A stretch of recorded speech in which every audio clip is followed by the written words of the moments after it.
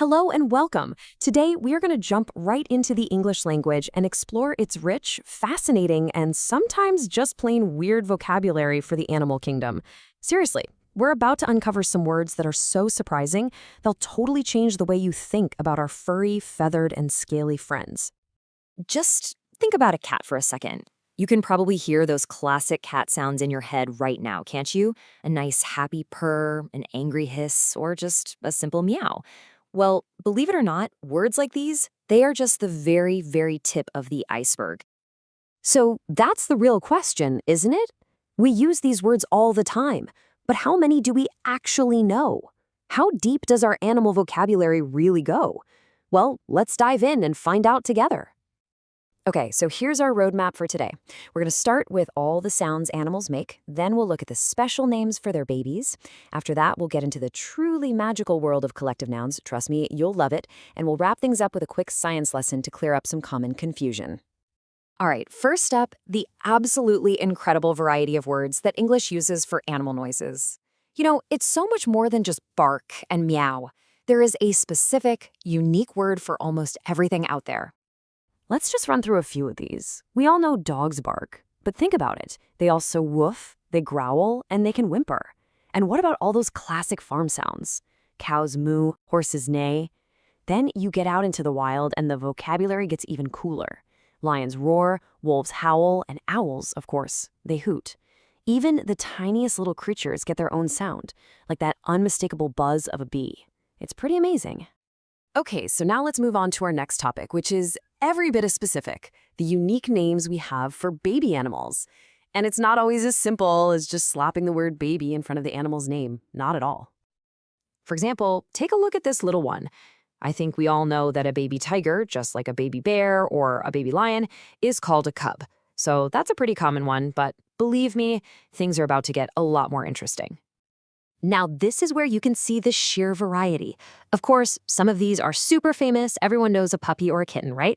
But some of the others might be new to you. A baby swan is called a cygnet. A baby kangaroo, that's a joey. And a young deer is a fawn. Every single one of these names is its own unique little piece of the language. Okay, so before we jump into our next section, which is my favorite, we have to understand this one term, a collective noun. All it is a single word we use to describe a whole group of things, like a team of players or, as we're about to see, a group of animals. And this, my friends, brings us to the main event, the strange, the poetic, and sometimes the absolutely hilarious world of collective nouns for animals. This is where the English language really gets to show off its creative side. So let's start with the basics. You have almost certainly heard of a herd of elephants, a flock of sheep, or a pride of lions, right? These are the kinds of collective nouns that are part of our everyday vocabulary. They just make perfect sense.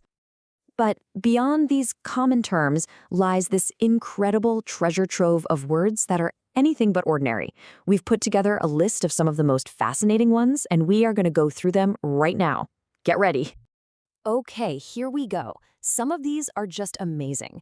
A group of crows is called a murder. This probably comes from old folklore that linked the birds to death. Wise old owls? They form a parliament. How perfect is that?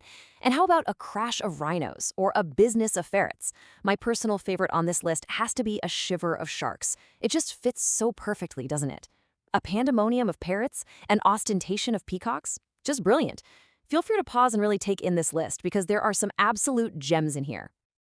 And we're not done yet. Let's keep going. Cheetahs running together form a coalition.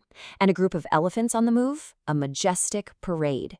How fun is a party of jays? Or how about a mischief of mice? I love that one. And this one makes so much sense. An ambush of tigers. Of course. And to finish off our incredible list, a zeal of zebras. Isn't that just a fantastic word? Again, take a moment, pause the screen, and just explore the rest of these because they are so, so cool. Okay, after all of that wonderful wordplay, let's switch gears for our final section. We've been talking all about the words we use for animals, but now we're going to get into a little bit of science. We're going to clear up once and for all the difference between two groups of animals that get mixed up all the time, reptiles and amphibians. I mean, they're both cold-blooded vertebrates, and you can often find them hanging out in the same habitats, so it's really easy to see why people get confused. But the biological differences between them are actually huge. So this breaks down the three main distinctions. First up, their skin. Reptiles have those tough protective scales. Amphibians, though, have that smooth, moist, sometimes slimy skin that, get this, they can actually breathe through. Second is how they're born. Reptiles are basically born as tiny little adults, but amphibians start out as these jelly-like eggs in the water and go through a whole larval stage, like a tadpole turning into a frog.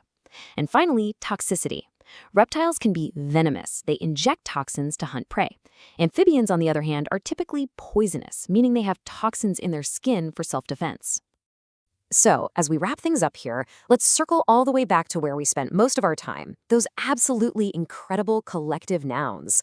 Whether it's a pod of dolphins or any of the other amazing terms we explored. These words are so much more than just labels. They're like tiny little poems that capture something truly essential about the animal they're describing. A business of ferrets, a crash of rhinos, an unkindness of ravens. Each one just tells a story, doesn't it? And that leads us to our final question, one for you to think about. What does this incredibly detailed, creative, and sometimes even judgmental vocabulary really tell us about our long and complicated relationship with the animal kingdom? Thanks so much for joining me today.